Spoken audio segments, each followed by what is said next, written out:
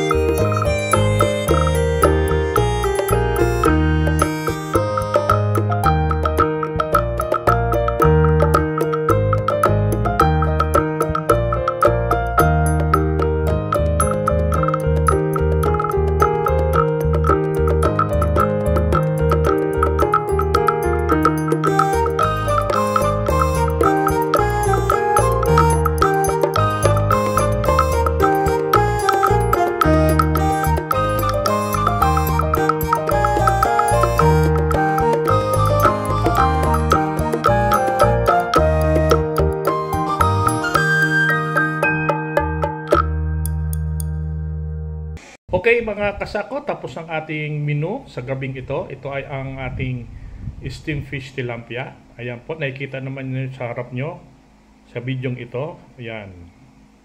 Okay, maraming salamat po sa ating mga masugid na manonood at sa ating mga subscriber. Maraming salamat po sa inyo. Sa mga hindi pa po nag-subscribe, pa-subscribe po ng aking channel, YouTube channel, Sakuragi the Vlog, at post the notification bell para updated kayo sa ating mga susunod na video. Okay, maraming salamat po sa inyo. God bless. Bye-bye.